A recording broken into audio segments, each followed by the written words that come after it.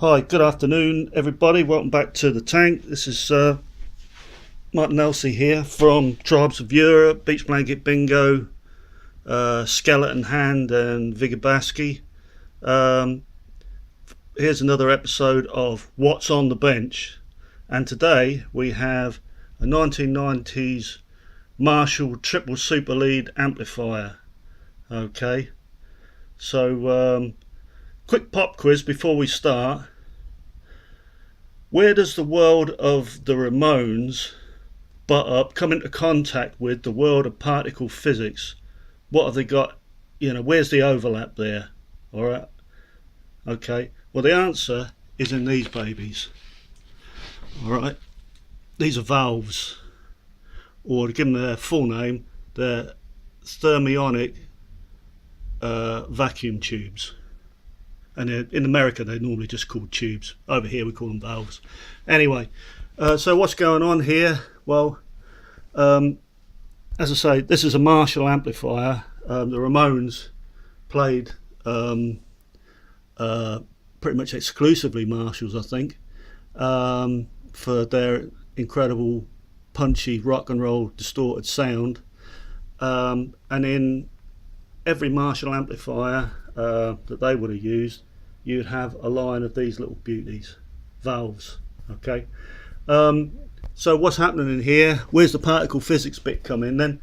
Well, basically, in these tubes you've got a negatively charged plate, a negatively charged electrode, a positively charged electrode, and you've got a plasma of electrons trying to get from that negative electrode to the positive electrode.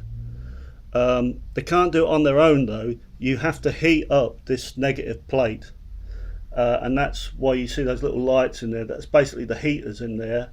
They're heating that negative plate up, the cathode, and it's the electrons become they're like popcorn, popping in a pan. They jump off the plate, and then opposites attract. The positive plate starts pulling those electrons towards it, and then the electricity just carries on making its journey around the circuit, doing work, driving speakers I should say, and making a big old din for us.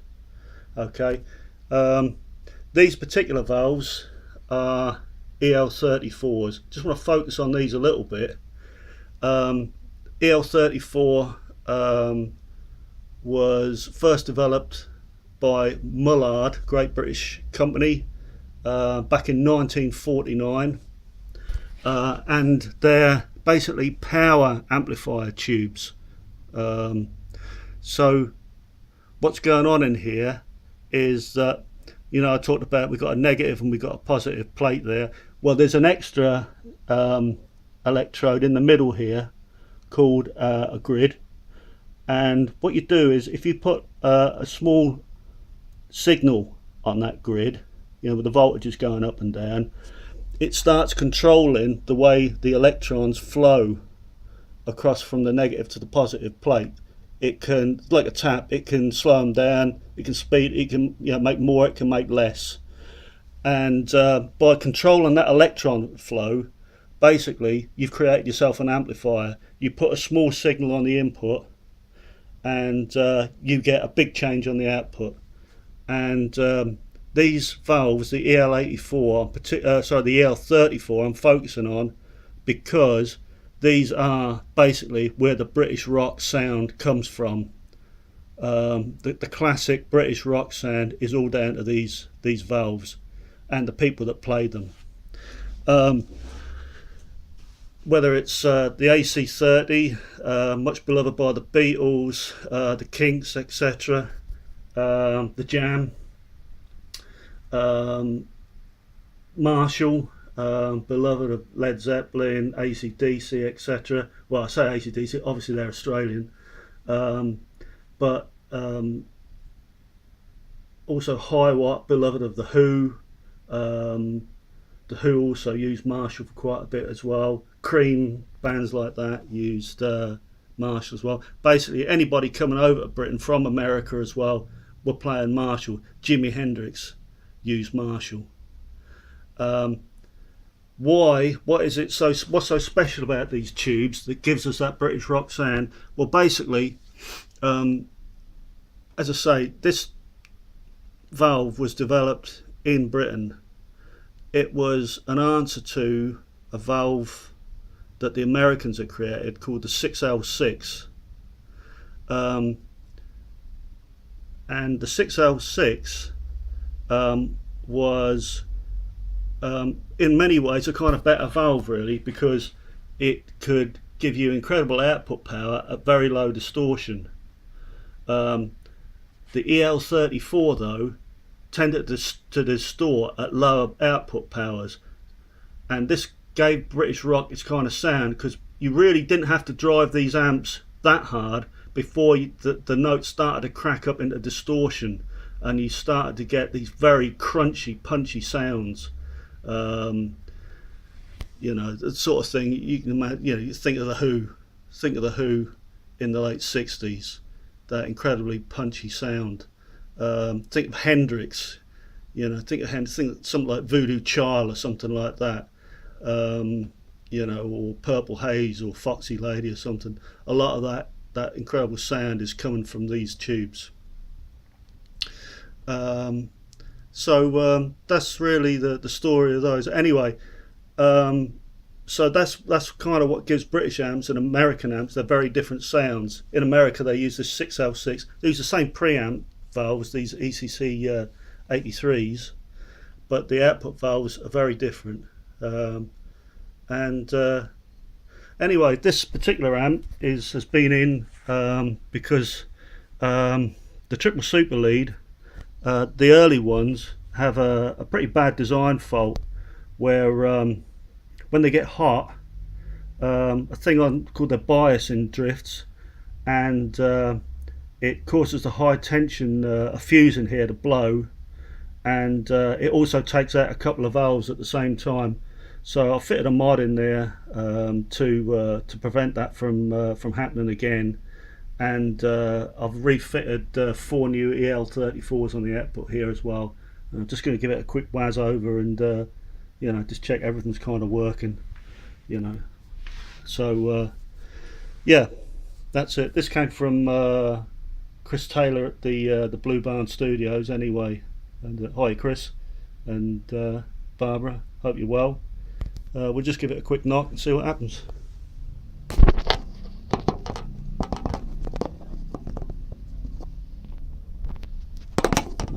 Bit of faffing about. There you go. Okay, so in keeping with this sort of thing, it's got to be a Les Paul, really, you know, for this occasion. I think strap it on, see what we got. Click on the standby switch. You hear a lot of buzz in there because normally when you've got the case on, there's a screen in there that cuts out all this sort of fluorescent light buzz and everything. That's where the buzzing's coming from. Anyway, so as I say, it's triple super lead. It's got 3 channels basically. We're on the clean channel at the moment.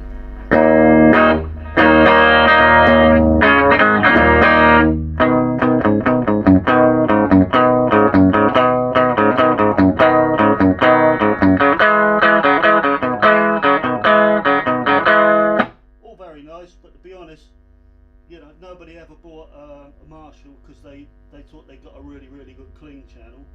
You know, you don't hear like country band blokes joining country bands saying, "Oh, I've just joined a country band. I better nip out and get a Marshall." You know, that's not why you buy a Marshall. You sort of do it because you want to sort of do something a bit more like this.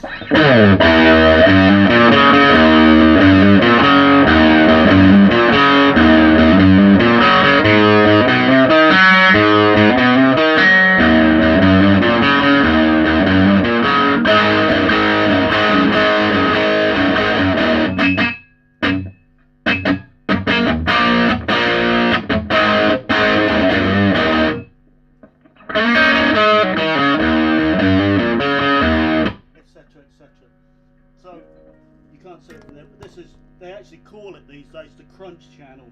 All right, it's where you've got the onset of distortion. some of it will be coming from these valves and some of it's coming from the output here. So yeah, you get that brilliant sort of bone splinter and crunch sound from them.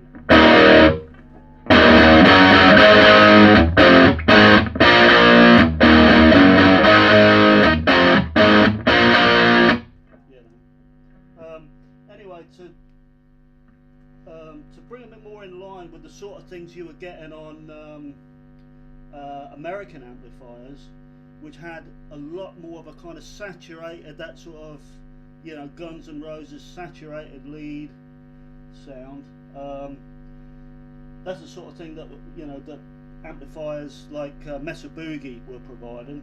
To bring them more in line with that, they put in an extra channel here, the lead channel.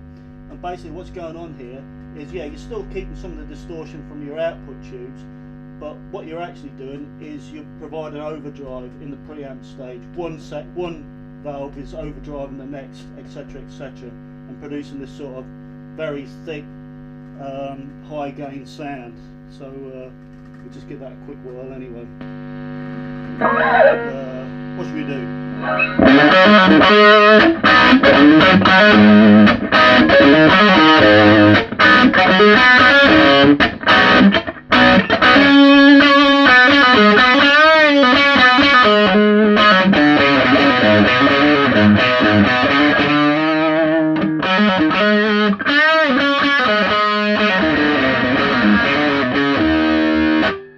Something like that anyway.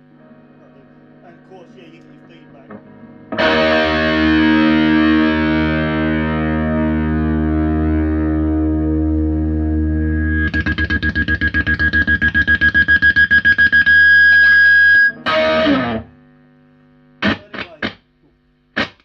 That'll do. Anyway, triple super lead, back up and working.